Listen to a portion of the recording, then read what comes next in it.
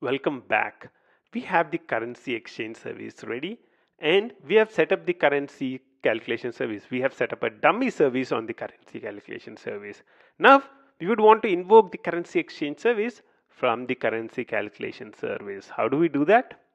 The thing which we would typically use to invoke an external service which is exposed using HTTP is REST template. Let's create a new REST template and try to invoke this service and see all the complexities that are involved in that. Let's get started now. Let's go to the controller and try and create a new REST template. So new REST template dot. Let's import it in.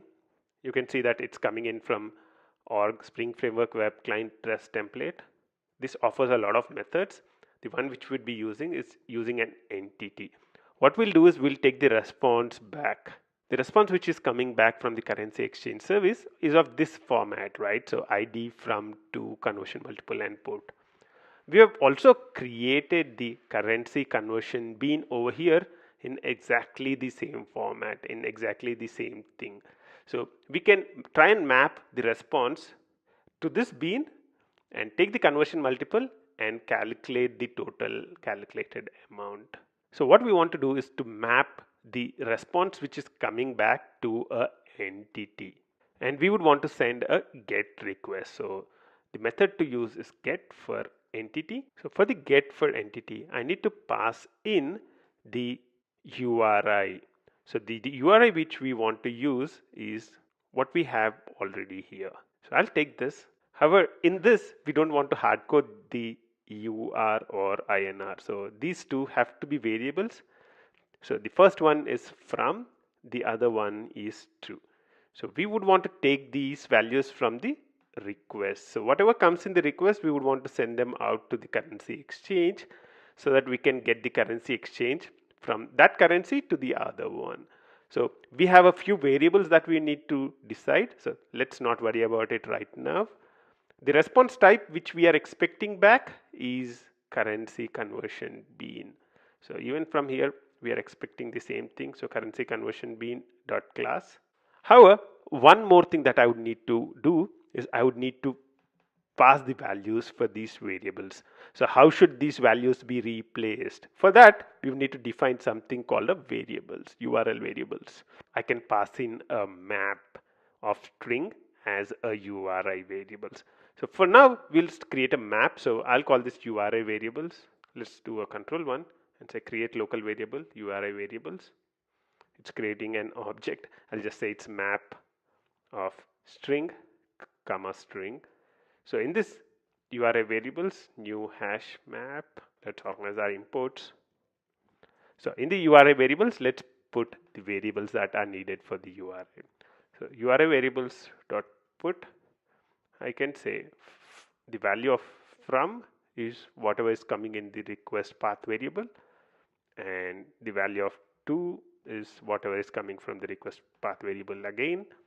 And what we want to do is do a get for this entity and map the response back to the currency conversion bean. We would want the URI variables to be used to replace the value of from and to. That's simple, right? So we just created a REST template.get for entity, and this would return the response back. So I'll say control one, assign statement to local variable, and this would return the response entity back.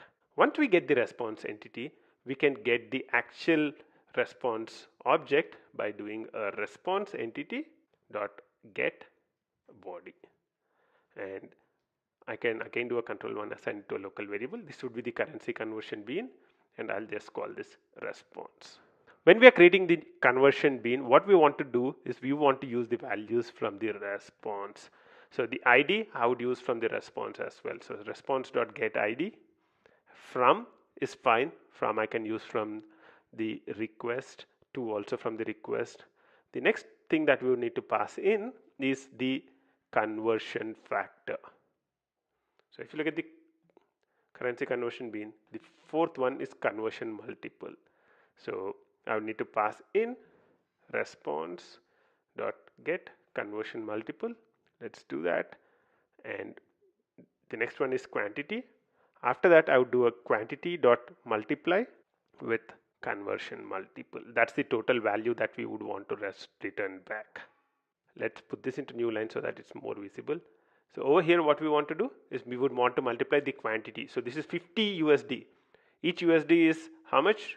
65. So I would need to multiply 50 with whatever is coming in the response, whatever multiple is coming in the response back.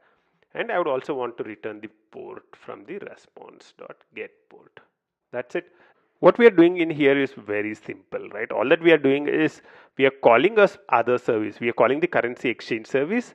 We are setting the variables to it. So from is what, to is what.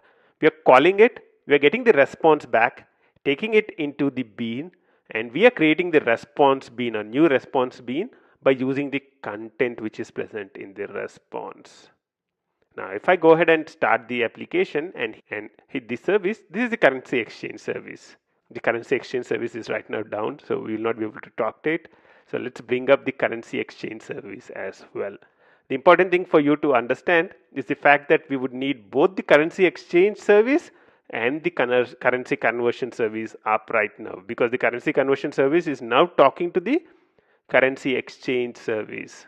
So your CCS, which is the currency conversion service, is talking to the currency exchange service, which is CES. So we would need both these applications running. So make sure that the currency exchange service and the currency conversion service, both the applications are up and running. Let's try and hit the currency exchange again. Cool. The currency exchange service returns a response back. Now I would go to the currency conversion service. So this is the URI which we used earlier, localhost 8100 currency converter from USD to INR, quantity 1000. Let's do a refresh. You're seeing right now that it's getting a conversion multiple of 65 back. So based on using the conversion multiple 65, it's multiplying by the quantity and returning the total calculated amount is 65,000. So 1000 USD is equal to 65,000 INR. And it's also returning that the other application, the currency exchange service, is running on port 8000. In the last few steps, we spent a considerable amount of time setting up the currency calculation service, the currency exchange service, and the limit service.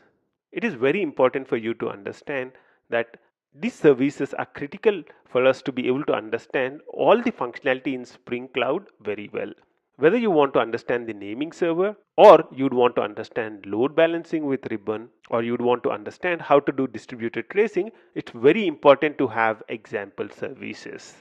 And that's what we were doing until now. We have now set up a currency exchange service and a currency calculation service as well. From the next step on, we will take a deep dive into the Spring Cloud features. Until then, bye bye.